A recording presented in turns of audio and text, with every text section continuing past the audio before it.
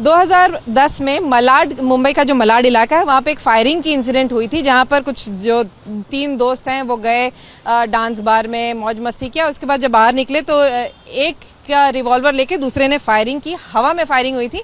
लेकिन इसके ऊपर एक बाकायदे केस फाइल हुआ था। लेकिन अब जाके तकरीबन आप कह लीजिए 16 साल बाद इस मामले में एक्विटल हुआ है। आखिर क्या केस था, कैसे एक्विटल हुआ, ये जानते हैं। एडवोकेट पांडे जी हमारे साथ हैं।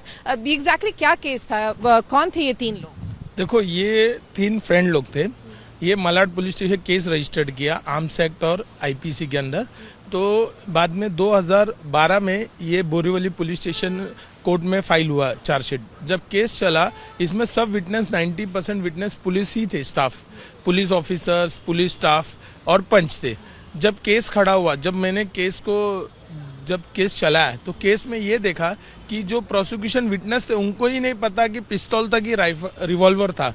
वो अपने स्टेटमेंट में ही कॉन्ट्रडिक्शन। और दूसरी बात, जो आई विटनेस था वो तो बोलता मैंने सुनने के बाद पहुंचा, मैंने खुद आंखों से देखा नहीं। और तीसरी बात, जो ये रिलाई कर रहे थे फॉरेंसिक रिपोर्ट ने ये बता दिया कि भाई इस बंदूक से ये गोली चली ही नहीं थी। तो टोटली ये केस मेड आउट नहीं था। पर 16 साल चलने के बाद मेरे क्लाइंट को बाइज्जत बरी मिला और जितने आई विटनेस थे वो अपनी स्टेटमेंट से मुकर रहे। और दूसरी बात, जो स्टेटमेंट थे उनके में इतनी लैकुना थी स्टेटमेंट में कि कोर्ट को ही सस्पिशियस हो गया कि ये फायर हुआ था क्या नहीं। और जो पुलिस थे, कोर्ट ने उनको बार बार बोला वो वेपन लाओ, पुलिस वो वेपन भी कोर्ट में प्रोड्यूस नहीं कर पाई। लेकिन मामला क्या था, मतलब इन लोगों ने फायरिंग क्यों की थी और कितने लोग थे? क्या सबके खिलाफ केस चला था? देखो, 3 लोग थे। 3 में से 2 के अगेंस्ट है। तीसरा तो शायद पुलिस ने उसे सब्सिडी दे दी, उसको आरोपी नहीं बनाया। और दूसरी बात, लेकिन जिसने फायरिंग, देखो, फायरिंग तीनों में से जिसने किया उसको पुलिस ने अरेस्ट नहीं किया। और दूसरी बात, जो फायर हुआ था वो किसने देखा नहीं था, क्योंकि जिधर जो बार के ओनर थे, सिक्योरिटी गार्ड थे, कोई भी विटनेस नहीं बना गया। और दूसरी बात, जो बंदूक थे वो बंदूक ये पुलिस बता नहीं पाई कि पिस्तौल तक रिवॉल्वर था, क्योंकि दोनों की रेंज और दोनों की जो वेराइटी है वो अलग है।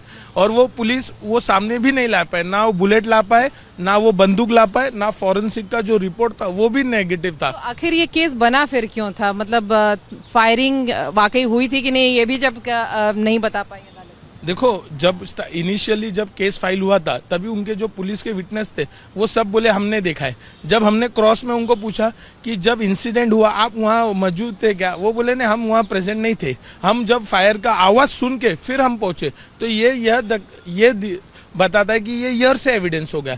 जो डायरेक्ट एविडेंस पुलिस जिस आधार पे चार्जशीट डाली थी वो चार्ज ही प्रूफ कर नहीं पाए, इसलिए उनको बाइज्जत बरी छोड़ दिया गया। कि मामला क्या बना था फायरिंग का, मतलब किस तरह से था? क्योंकि किसी पर फायर नहीं किया था, हवा में फायरिंग की ऐसे आरोप थे। ले तो 336 से आईपीसी का नेग्लिजेंस एंड माने in causing dangerous to the public वो बना था। और आर्म्स एक्ट था, सेक्शन 30 था कि लाइसेंसी रिवॉल्व, क्योंकि वो चार्ज ही प्रूव नहीं कर पाए, क्योंकि वो रिवॉल्वर था क्या पिस्तौल यही प्रूव नहीं कर पाए। और वो कोर्ट के सामने वो ला भी नहीं पाए।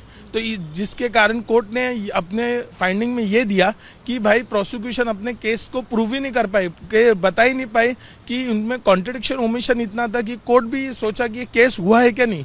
इस आधार पर तो इस मामले में आरोपी जो थे, जो 2 लोग थे, वो करते क्या थे और वो कितने समय तक अंदर थे, जेल के अंदर थे या फिर? और आखिरकार अब जाके एक्विटल हुआ है, तब तो ऑब्वियसली अब तो खुश होंगे, लेकिन कितना भुगतना पड़ा उन्हें इस मामले को? कुल मिला के 16 साल उनको भुगतना पड़ा। वो जेल में भी कुछ 2 दिन थे, फिर उनको बेल मिला। और अब जब देखे कि कोर्ट ने प्रोसिक्यूशन केस ही प्रूव नहीं कर पाए, तो आज उनके साथ न्याय हुआ।